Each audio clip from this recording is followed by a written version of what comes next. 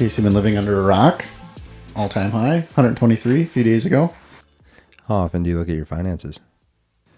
Multiple times a day. I guess that's good. I've got, I would say, have Bitcoin holdings. I've got an IRA, a retirement, personal margin account. I look at Bitcoin, the margin account, and my IRA multiple times a day. My retirement account, quarterly, I'll say. I don't look at that every day. Most of that stuff's in like ETFs and mutual funds, and Sure. it's kind of just slow up, slow down. Nothing real crazy. Yeah, so you check these things multiple times a day, you say. How are you doing that? And you just using the apps on the phone, or what's Yep. going on? I've got a widget in my background for the price of Bitcoin. Comes from Coinbase pricing. Otherwise, I use Webull, Coinbase. I do have Swan, but I don't really check Swan that often. I just check Coinbase for the price, and I know roughly how much Bitcoin I have. And I'm more or less just concerned with what the current price is at. But not that it matters, because it really isn't going to matter to me for decades, hopefully. Right. It's still fun to watch. Mm-hmm. Yeah, depends what you're into. It's like some people prefer Robinhood, some people prefer Webull. I think Coinbase is a lot better. Yeah. It's like the charting better. There's more information. Mm-hmm. So you mentioned all these accounts that you have. You're obviously investing money into them. What would you say are the three biggest factors in your budget? In my budget, I don't actually have a budget. Oh, so you just throw it all into Bitcoin, and whatever's left you get ramen with. No. Got it. I'm pretty fiscally responsible, I'd say. I'm pretty frugal. I don't spend a whole lot of money, and if I do, it's, I would say, unnecessary stuff, or I've saved for a long time. Like I save a lot more money than I spend on wants. As far as my three biggest items, if I were to have a budget, I think it's just like most people. I think it's mortgage or rent related. For me, it's rent currently.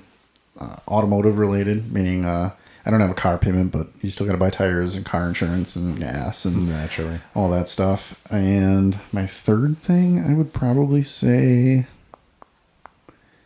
food. Definitely food. Food's expensive.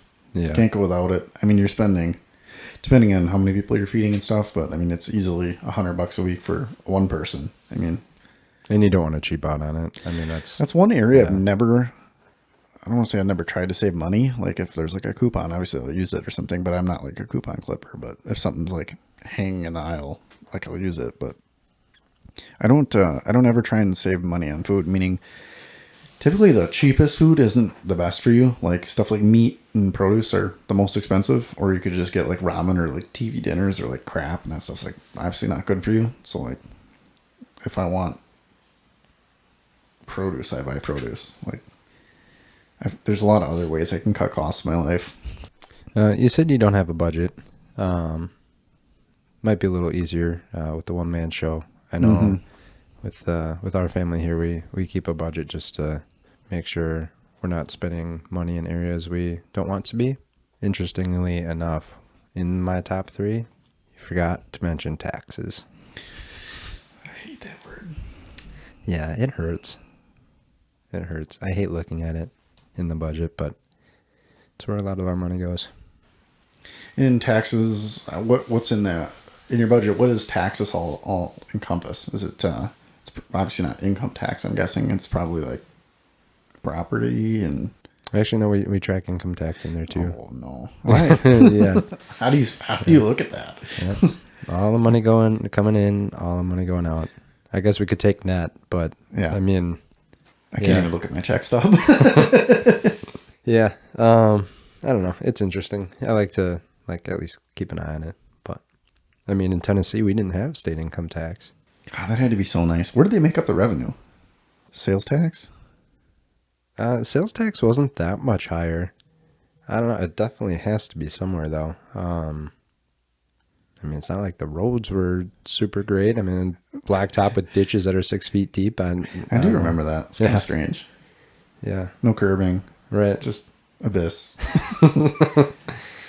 Yeah. I don't know. There's some homework. Unless anyone online knows. Let us know where Tennessee's getting their taxes from. Yeah. I may not have a budget, but I do recommend other people have a budget. Just to clarify. I just, if very frugal. I don't spend a lot of money, like I said before. Like, if I have extra money, I save it or invest it. So you mentioned saving it. Are you saving for anything in particular? I've been saving for, I would say, like a large sum of money for a long time. I wasn't always sure what I was going to use it for. It's always changed, but either way, it's never bad to be sitting on a pile of money, whether that's I wouldn't recommend it in US dollars, but it never hurts to have a little nest egg.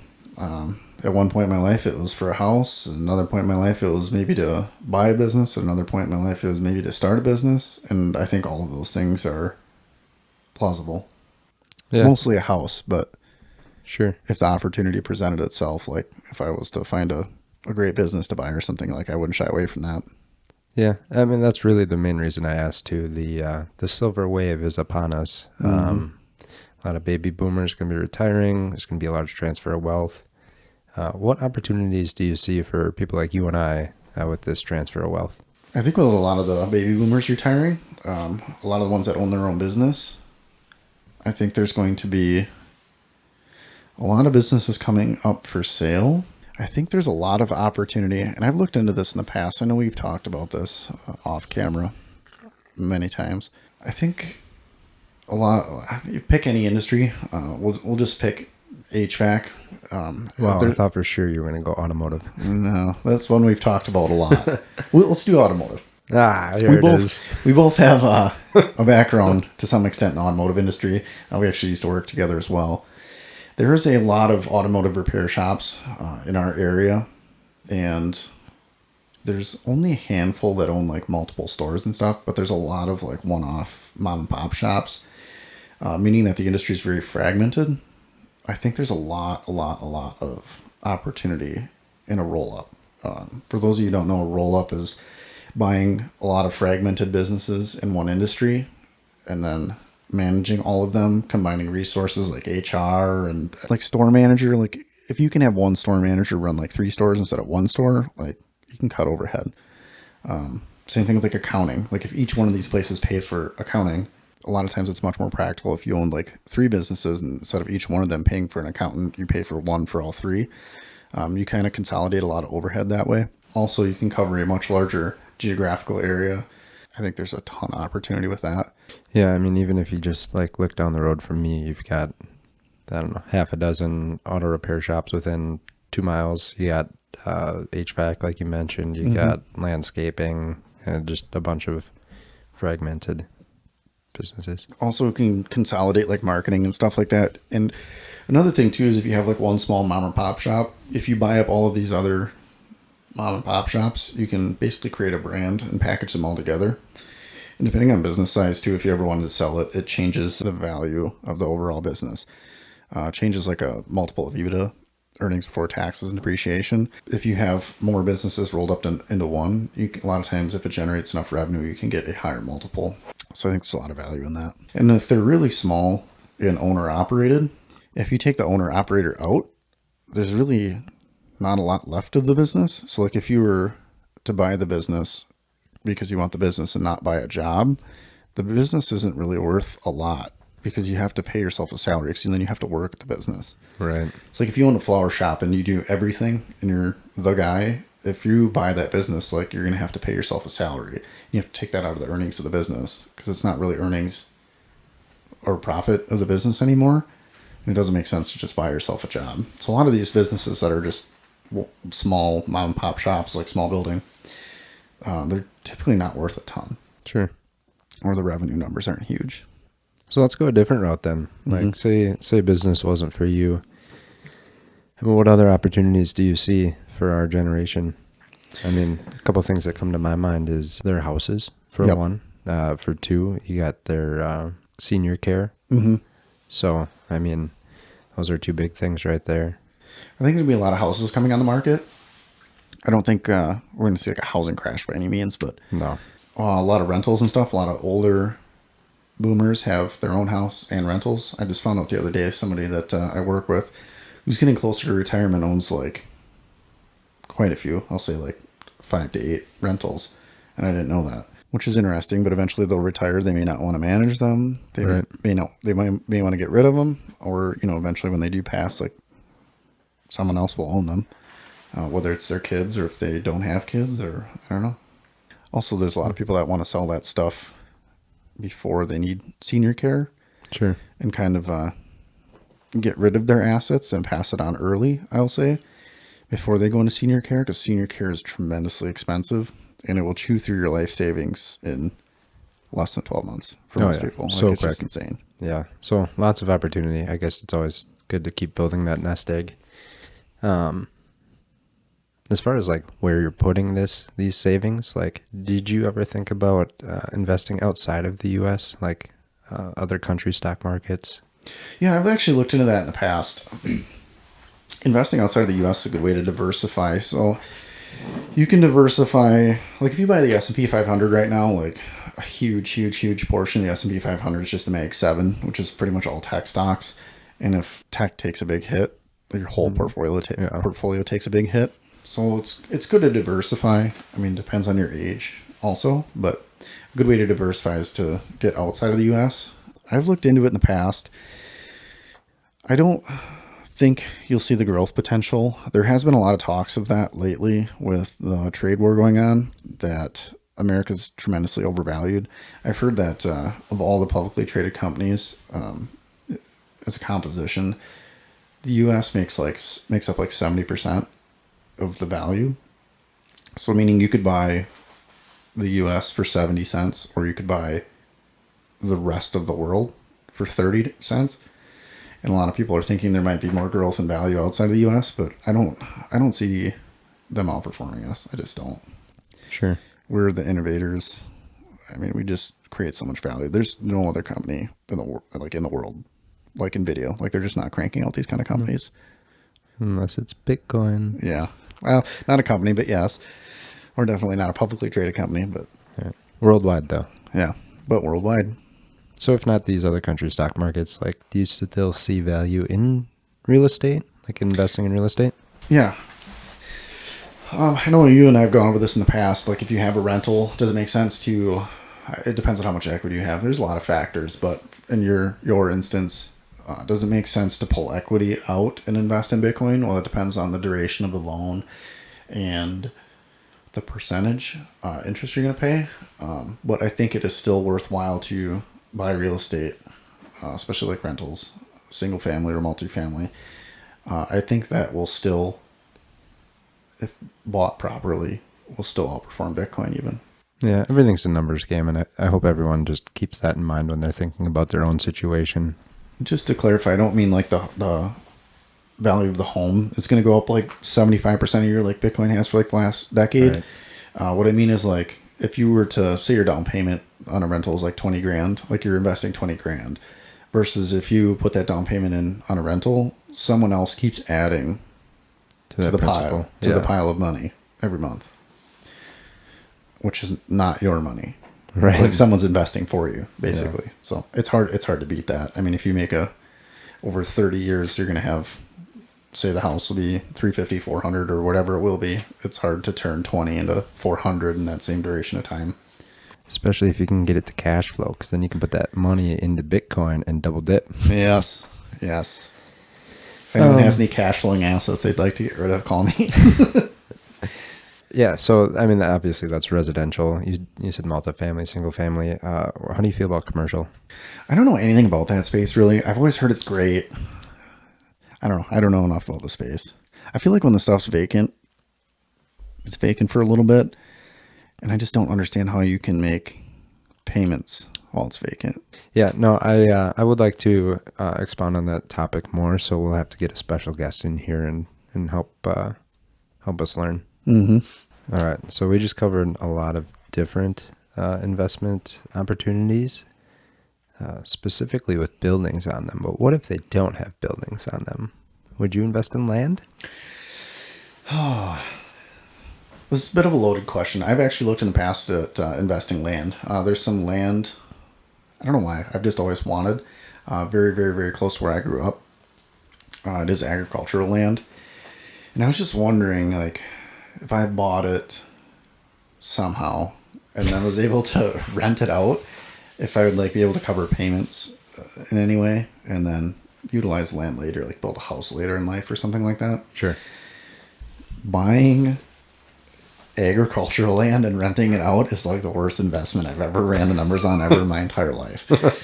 Obviously, you can never figure out what land appreciation is going to be, but just to pay back the principal, if you were to not pay any interest, it was like 66 years to pay back the principal on the land. It was like insane. It was terrible ROI. Like it wouldn't make any sense to me. Wow, that's incredible. And I just couldn't get the numbers to work nonetheless. And it's a substantial amount of land. Like I could never afford it, but. So I guess I'm a little more perplexed than why people such as like Bill Gates own so much U.S. land. Is it just because he doesn't know what to do with his money? Well, if you have that kind of money, you have to find something to do with it. We're a little over halfway through 2025. This year, the U.S. dollar's lost over 10% of its value already. In the last 5 years, it's lost 30%. Ouch. If you're just sitting on quite literally a mountain of cash, you don't want to lose 30% of that in 5 years or 10% in 7 months, almost 8 months. So you have to do something with it. Diversification is important. I wouldn't put all 100% of that in S&P 500. So I think a good thing to do is buy land. It's a store of value at that point. It's no different. I'm sure he owns gold, S&P 500. I mean, he owns probably everything everywhere, but it's a store of value. I like land. If I had an excess amount of money, I would buy land. It's a finite resource. There's never going to be more of it. And depending on how you feel about global warming, there's going to be less land in the future.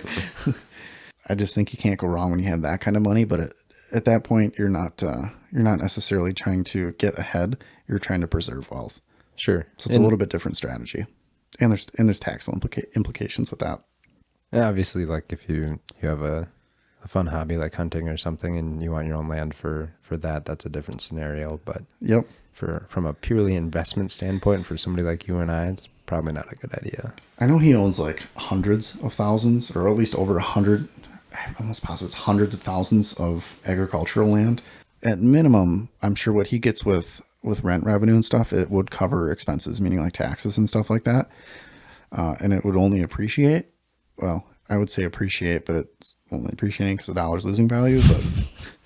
But nonetheless, even still, I think it would outpace inflation. I think just because everywhere you look, they're building houses. Like there's just not enough housing. We're just growing and growing and growing as a population, as a species. So land is always good to have. There's other avenues as well. Like you can still buy ag land and develop it. I don't know a ton in this space, but I know there's people doing it that make money. It's always nice to have an edge. Like if you're a contractor or you build houses or anything like that, or excavating, like if you have that ability to buy land and then develop it at a cheaper cost than to pay somebody else, like I think that's definitely an opportunity to make money.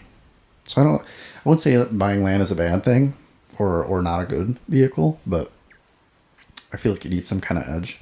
Yeah, that makes sense. Like I don't think I could go buy 40, 60, 80 acres and turn it into a subdivision because I'd have to pay someone to excavate it, bring a road in, bring power in, sewer in. Yeah, blah, blah, blah. I would need several million to get that done. Not to say I couldn't make money, but I think it's hard to compete with people that own like excavating companies that come in and do all the dirt work and, do 70% of the stuff themselves and then pay someone else to bring power in and everything else. Seems like we're talking a lot about outpacing inflation. I think before we head to a break, I got one more for you. It's Bitcoin IRAs. What are your thoughts? I've looked into this. It's becoming more and more popular. There's a lot more products available now. To clarify, IRAs, individual retirement account, if I were to put Bitcoin itself, not a derivative of any kind, Sure, or an ETF, I would put it in a Roth, meaning that any growth is not taxed. So if you were to buy Bitcoin today at 117, 118,000, and by the time you retired, say it was at $1 million, you would not get taxed on the growth. Versus if you put pre-tax dollars in, like a traditional IRA, you don't get taxed on the money you put in, but when you take it out, you get taxed, which I would not want to do with Bitcoin because you're going to have a massive tax liability coming to retirement. So I definitely think Roth IRA would be the way to go there. There's more and more companies offering products like this. I've actually looked into it. some objections I have is the initial deposit minimums can be kind of high. One of them I saw was the max contribution. It was like 6,000 was your initial contribution, Oh, which is fine. okay if you want to put that into retirement. If you Yeah. not to say people don't have that laying around, but most people when they save in their retirement put money in weekly, biweekly, whenever they get paid. Most people don't sit on money and then all at once for the year invest in their retirement. There's a lot of maintenance fees, service fees, high contribution limits, initial investments, I should say. So I don't know. It's hard to say. I feel like it's costly right now. I think their product viability will become more appealing as time goes on. Same thing with loans against Bitcoin. Like interest rates are kind of coming down. There's more and more companies competing against each other right now. I definitely think it's viable, but I think the rates could be better. I think it's early. We're still early. If anyone's heard anything different, let us know. Otherwise, we'll keep an eye on it. We'll definitely circle back to that. I've considered it. We'll be right back in a moment.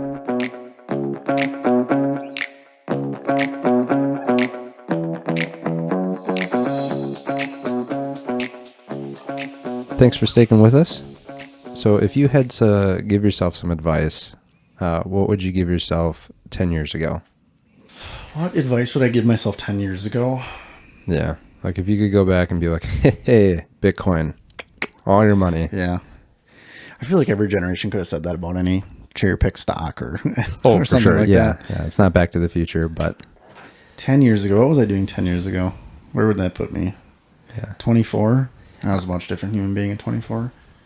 I've got an even better way to phrase that. Let's not use any particulars. So like, don't say buy X house or Right. X stock or Totally agree. What financial advice would you give a younger version of you? Yeah, if you were to go back, like if you were to say buy Bitcoin, like Bitcoin may have not done the same thing it did. Like, It's true. I don't think that's good advice or reasonable advice. It almost feel like what advice would you give your kids? Oh, I like that. It's a good spin. In a way, like I wouldn't tell them to like Buy stick X, every yeah. dollar in Bitcoin. Or, like Yeah. you don't know what's going to happen. But 2015, I was saving pretty heavily back then. My cost of living was very cheap. I made decent money for my age.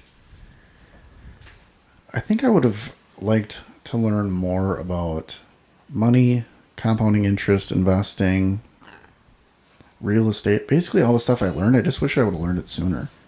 I feel like that's always the case. I feel like I'm always learning and I'm always trying to learn stuff.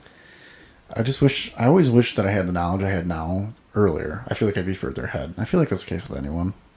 Yeah, I can relate to that.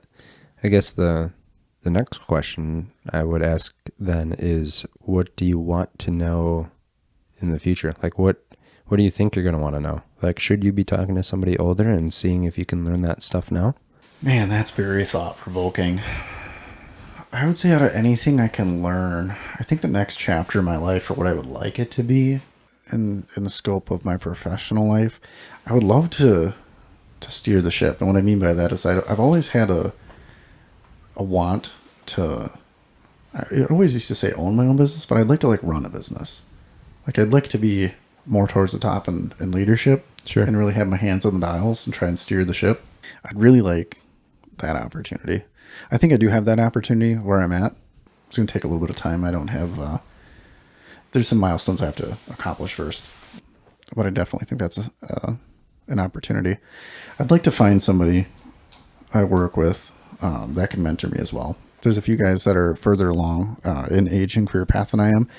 And I know one day they're going to retire. And a lot of the guys that I'd like to learn from or would like to have mentor me have been at that company for a long time. They know a lot about the industry. They know a lot about that company. And I think that'd be really beneficial. I know you're comfortable with where you're at in your career path, moving along at a pretty good clip. We won't get into, I'll say specifics. I'm not going to name any names or anything like that. But what about you? What do you feel like your next chapter is? What do you want to know? Where do you want to grow when it comes to like your professional life? That is a really good question. I feel like I'm trying to figure that out every day. I don't want to limit it to just work either. It could be a side business, more investing, second rental. I mean, it could be anything, but I'll say just like outside of family and friends and stuff, but more just in personal growth when it comes to getting ahead. It's actually something I think about very often. More recently, like this year, at the beginning of this year, I made a commitment to start focusing on myself and seeing where that led. Interesting. Focusing on, family, friends, myself, or priorities. Mm-hmm. And it's led to less stress and seemingly more opportunities. I think with a open mindset, I'm not stressing about other things, and I can focus where I want to focus my energy. Opportunities present themselves because I'm always looking for them, mm-hmm. but I'm not stressing over them anymore. It's not like, gosh, when am I going to get this Aston Martin? It's like, I made a couple bucks here, and and chip away at it. Yeah, I've been focused on my sleep, my eating, working out. That's a big one. My self-esteem's improved. My energy level's improved. Could just because it's summertime and it's hot out. It's my fave. But all of those things add to a more positive mindset. I think that'll pay dividends. I think that's huge. I think if you don't have a healthy mindset or a good starting point, it's hard to excel or be in that frame of mind. It also helps me keep an open mind. I do talk to a lot of different people throughout my day, and there's something you can learn from everybody. So I know we have a buddy that is amazing with names. He's a great networker. That's one of my weaknesses. I'm trying to get better at it simply because you can learn so much from so many people. Speaking of which, if you have a bit of knowledge, specifically financial advice, I ask you to drop it here. This is one thing I've been trying to focus on this year as well. I think that's huge. I would like to just briefly circle back. I have more to expound on what advice would you give yourself 10 years ago? I feel like as I've aged, I've just had much more mental clarity, and I've taken more time the older I get to reflect. And I think that's huge. Like I just didn't stop, take a look around, collect some information, reflect, and then come up with a path to move forward. It's right with setting goals, but if your desires change or your situation changes, it's okay to revisit goals. I'm just so stubborn that if I set a goal, I'll just do anything to achieve it, even if it's not the best path anymore. I'm just stubborn, and that's not very healthy. A lot of successful people start their day with meditation, and I've yet to look into this at all, but if anyone has any tips on meditation, I'd be curious. Clearing your mind would be so helpful for an overthinker such as myself. Reflection's huge. How do you teach your kids about money? So far, we've started Monopoly. That's been fun. And while it only deals with $1 and $5, you're still buying properties and stuff, which is really fun. Is it regular Monopoly, or is this Kids Monopoly? It's Kids Monopoly. Okay. Yeah. But so instead of going to jail, you go to timeout. Oh shit. Yeah.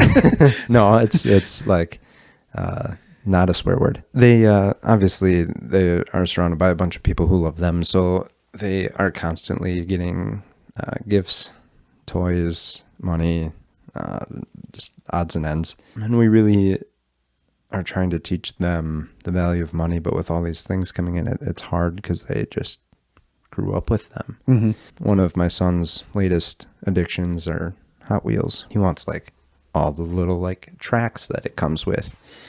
And so he'll save up some money and then go buy a new one, or he'll get one for his birthday. And then every once in a while he'll want something else, and I'll say, all right, buddy, that money could buy you 1.5 racetracks. Mm-hmm. Are you sure you want to spend it on that? Just so he can get a frame of reference. Yeah, but it's still very young. I mean, they're just learning how to do math and stuff. So yeah, it's good to start them young, though. Yeah, I don't think it's ever too young, I would say, but obviously you have to base age and skill level kind of together. I wouldn't teach them about compounding interest at 4, but right, exactly. Kids Monopoly and buying things they want is important. I think that's appropriate. I did see a very interesting reel, and I don't know if I can apply this to my children or not yet, but it's crossed my mind. So the reel, he was like, go ahead and buy your kid a Caterpillar, construction toy, but then also buy him that stock. And then every year you can show him how that stock's growing, and eventually he'll learn that that Caterpillar toy is still worth $5 or whatever, but his stock went up exponentially. So I thought that was a clever idea. And he's like, you could do the same with Disney. Like, take him to Disney one year, buy him some stock, and then just be like, this is how much it's grown. You spent $100 on roller coaster rides. Yeah. That's huge. I like that. Yeah. It's a good idea. It's expensive. Depending how you do it. Yeah, for sure. Caterpillar stock, I believe, is somewhere to the $200 to $300 range. Oof. But I do love that idea, though. That is huge. Yeah. There are, for those of you interested too, when I kind of got into this, I know multiple brokerages, Webull being one of them. I'm a big fan. They have what's called paper trading. So you can actually like buy, sell stocks with like not real money. Like you can just set a deposit amount and Oh, really? you can basically do like simulated investing or trading or whatever, whichever your strategy is. But That's really cool. so you could even do that. I'm sure you could set up a paper trading account and buy a stock of Caterpillar or. I know you don't have any kids of your own yet, but did you have some preconceived way of teaching them financing? Like, is there something that's super important that you want to make sure they get? To be honest, I haven't given it a whole lot of thought. I feel the reason that is I feel I'm knowledgeable enough in that segment, meaning like finance and stuff, that I could come up with that on the fly. Like I think I'm a few years off having kids, and then another Figure it out. When it happens. 5 years after that. Like I feel like that's something I could do on the fly. That's probably why I haven't put much mental preparation into it. But I guess I don't have a good answer for that. What would happen? What would you do? What would you do if you had to start all over? Financial apocalypse for myself. If all of my savings and whatnot was wiped out, where would I start? I'm going to assume that same as present day, I have a job. Yep, still have your apartment, still have your car, still have a job. Well, first thing I do is I get back to work, but I would continue saving. I guess the first thing I would do is I would save enough to have that emergency fund. 2 to 6 months of living expenses is important to have at all times on hand. Once I got outside of that, it depends on what I'm saving up for next. For me, it's kind of just always been a house, so I'd probably start saving for that again, and I'd probably just start buying Bitcoin. I think that's definitely the go-to. If I had any other kind of debt, like consumer debt, which I often put stuff on credit cards. I never carry a balance or anything, but I would make sure I have enough to pay that off every month. I'd make sure my vehicle's good, doesn't need tires or anything like that. Like I'd make sure I had money set aside for any kind of maintenance and repairs like that. That stuff's, I'll say, easier for me. I have a background in that. I fix all my own stuff. I think I would just pile it all into Bitcoin. Unless I'm going to need that money in the shorter term, then I would probably move that money to like a high yield savings account. Pretty cut and dry. I feel like the biggest thing I've grasped from that is nothing different than you're already doing. Yeah, basically. So, I mean, what it comes down to really is lifestyle. I mean, you got to be comfortable with the lifestyle you're living, and that way, if it all goes bye-bye, you're set. Like I said before, I'm really frugal. One thing that's been a little bit of a unlock for me, it's removed a little bit of stress, is anytime I had extra money, I would just save it. And there's always stuff I've wanted to buy, and I would just never buy it because I could save that money or invest it, or Sure. It could be something else someday. As a percentage of my income, I try and save like X amount or a predetermined amount. And then once I hit like that number, or I save X amount of dollars a year, whenever I hit my goal, I try and spend the rest. That's good. Reward yourself a bit. Yeah, because otherwise I found myself, I just kept saving it, and then I just get burned out that all I do is go to work and save money and go to work and save money. And then like there's several years in a row. I mean, we live in Wisconsin and we get ice on the water, and I like ice fishing, but I never bought ice fishing stuff. And I was like, I'll do that one day. And I just never did. And then this last year I was like, well, like I hit my savings goal for the year. It's like, well, I'm going to do it. So I bought a bunch of ice fishing stuff, and I went several times, and I had a lot of fun. And that's just something I probably would never done in the past. And it was really rewarding. I felt like going to work every day and earning that money is a little more rewarding now. Yeah, you got to live life. Yeah. I mean, that's what we're here to do. It all comes in balance. A lot of times when you hear people talk about investing and getting ahead, it's live within your means, and like it's all about balance. They're like, invest 90% of your income, and it's like get 30 rentals by 4. And yeah. It is important to have balance. I think it's important to have self-awareness on which end of that spectrum you're on. I'm definitely on the frugal side. There's a lot of other people that love new cars and car payments, and they're trying to get ahead, but they don't have enough money at the end of the day. It's all about balance. And what does it mean to you? Hi, that's me. I love expensive things. Yeah. What's most important to you? It's important to have an honest conversation with yourself, set goals, and then come up with a reasonable timeline. Reverse engineer how to get there. That's huge. For everyone listening out there, we'd love to hear what your next chapter of your professional life looks like, or what you'd like it to be. If you could comment down below, I'd love to hear what your thoughts are. And how can I help? Also subscribe, please. We'll see you on the next episode.